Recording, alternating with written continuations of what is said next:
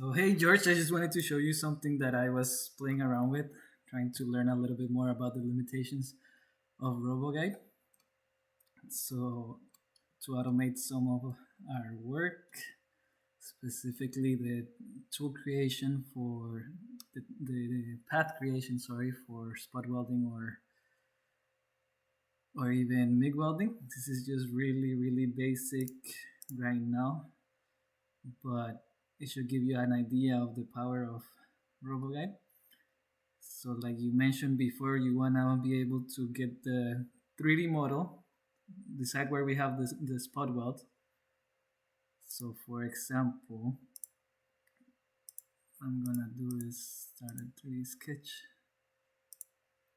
For example, we're gonna have a spot weld here, here, here, here, here, here. Of course, this can be anywhere on the model. If we have a customer part, it could be anywhere on the geometry of the customer part. So we have our points, our spot points. And now, let me finish the sketch.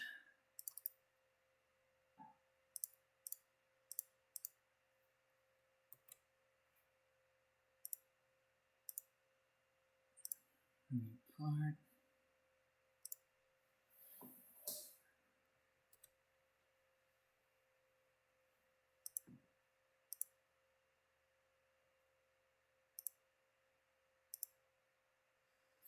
So I just exported only the point data, so I can just save that by itself. These are the points that I made on the other part. So I just make sure I have the right units. Save this as a point test.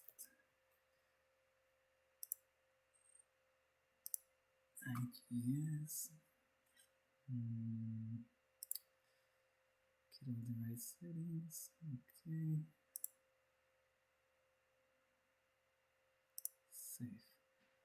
Okay, so that's the point data saved. If we look at what that's going to look like,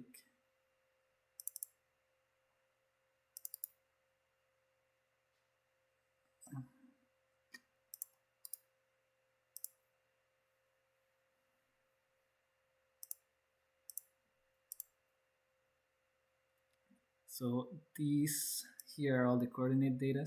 We can open this in Excel to make it a little bit cleaner, or if we have an Excel file with the coordinate data, it should work as well. But for the purpose of this, I'm just going to use that data, the point test data. I'm going to pull up RoboGuide. And let me just get rid of what I had before. I was testing it already, but I just want to show you the whole process.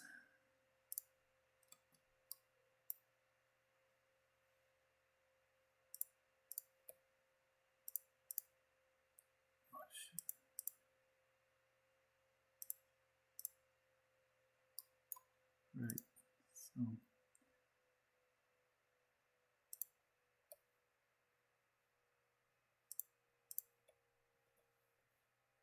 okay.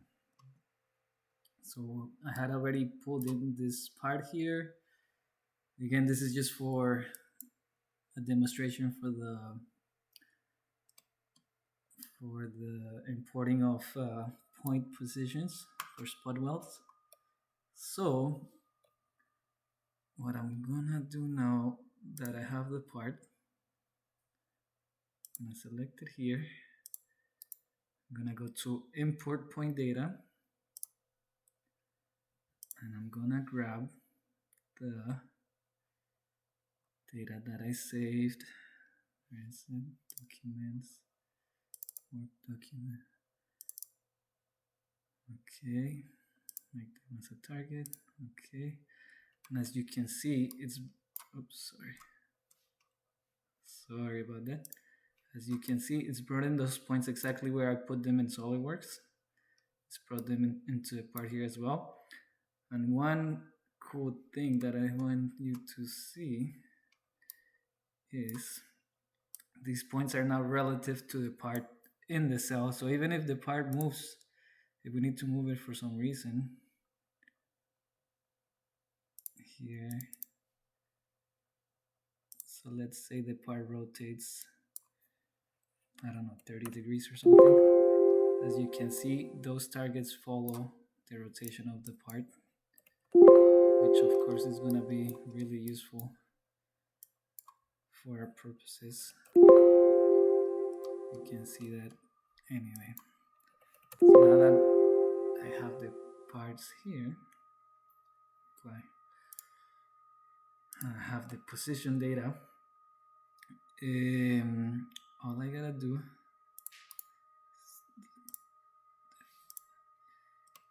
I have no programs in the robot right now. So what I do is create a new target group. Okay.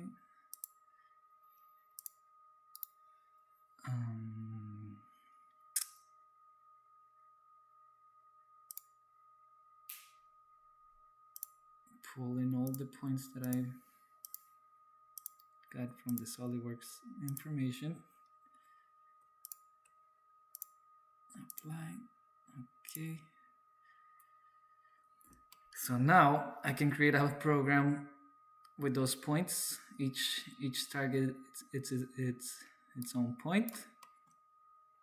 And what's really cool is that I can add approach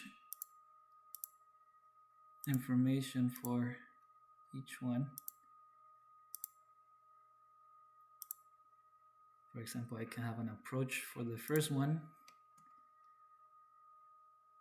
and then at the end of the A I can do a retreat move.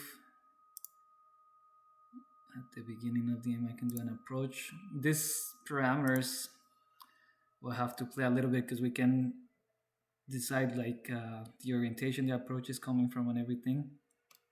But this is just to show you kind of like the functionality of the software.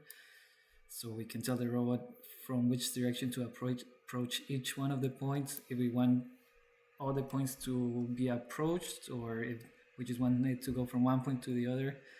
This is another really cool thing that I haven't looked into. You can see here the collision avoidance. I've read a little bit into it and it looks like it will be very, very powerful. But yeah, that will take some time to dig into and figure out. There's a lot of settings we can play around with, but just to show you the basic functionality, we pulled in the point data from SolidWorks. Again, that could be from Excel file as well.